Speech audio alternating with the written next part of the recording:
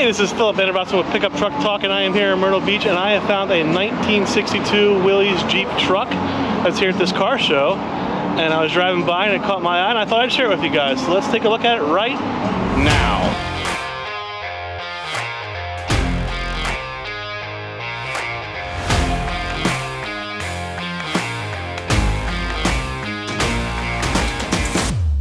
Hey, I'm Stacy Stone. We're here in Murrells Inlet, South Carolina at the Player One Up Cruise-In today.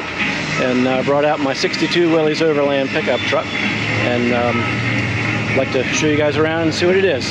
This is a California truck. It's a rust-free, not a spot of rust on it. I've had it for about 5 years.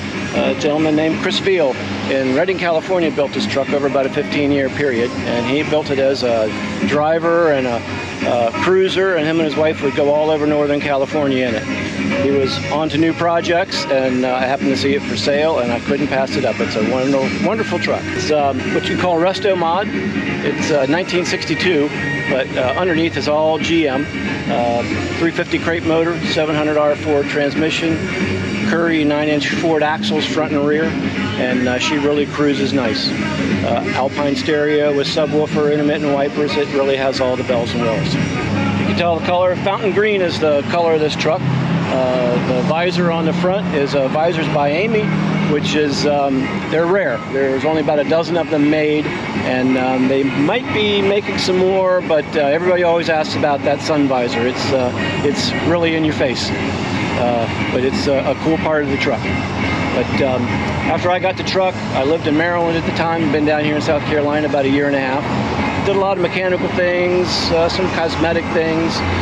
It used to have the original looking tires and wheels, and now that we're here at the beach, I wanted a beach look, so went with some aluminum wheels and some big tires, and really got a lot of thumbs up when I ride down the road. So I'll show you a couple little details about the truck.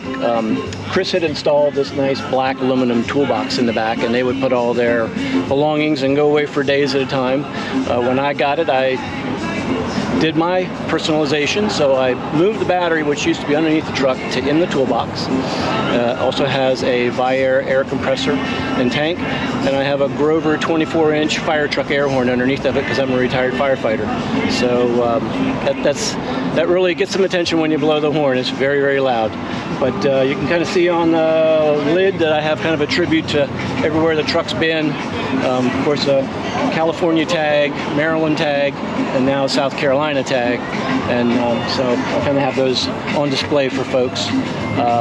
But you can see in the bed, it's all been Line-X'd. The entire interior of the cab has been Line-X'd, even though it's been reupholstered on the inside. But you got all the modern conveniences, all modern gauges, still four-wheel drive. That is all functioning. That's a transfer case out of a more modern GM truck. You can see stereo, and a friend of mine up in Maryland did the interior for me, and he did a fantastic job. So it's a little cramped. I mean, it's definitely not made for tall people. I'm short and I just fit in it, but I do all right. But you know, mostly it's just local cruising. I might go an hour here or an hour there to do an event, but mostly it's local cruising with some of my neighborhood friends, and I have two friends parked next to me, so it's one of those days. So a neat little feature about my truck is these fog lights. Those are Unity 5-inch, which are no longer in production, and I called Unity trying to get a set of amber, and they said, sorry, we don't make them anymore, but they gave me the names and numbers of a couple companies.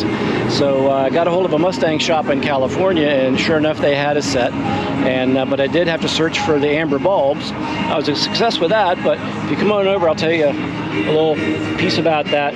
The Willys tag on the top of the lights here, that originally said Ford because it came from a Mustang shop, and I called Unity, and believe it or not, Unity still had Willys tags for fog lights in stock, so that was a crazy find, and I don't know I'll be able to find them again. Stoned again is kind of a family little saying that we have. My brother is a big hot rodder, and he got me into all of our trucks or cars have that stoned again on it somewhere on the vehicle. If you take a look at that air cleaner, that was the cover of a Federal Q2 siren that you'll find on most any fire truck that I had converted into an air cleaner. And it's pretty cool. At nighttime I have red LEDs in there so it lights up red. I've upgraded all the lighting except for the fog lights to LED. All the lights. Brake lights, third brake light, headlight, turn signals are all LED lights. But the fog lights are still the old school incandescent. This one has not been on the beach, but it will be on the beach this year. Jeep Jam is here, which is a really big Jeep gathering in October, right around Halloween. And they have 3 mornings where they do a beach crawl. So I signed up. So Sunday morning, this will be on the beach, and we're looking forward to that.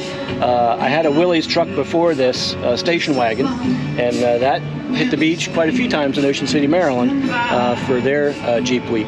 So yeah, I'll take it off road. Not too serious, but I'll take it off road.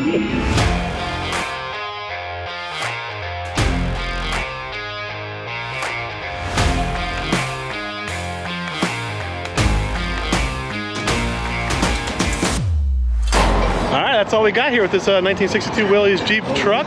We hope you enjoyed it. Tell us what you think about it in the comments. If you haven't already, please subscribe to the channel. We have other videos here featured to the right. And we want to thank you as always for watching, and we will see you down the road.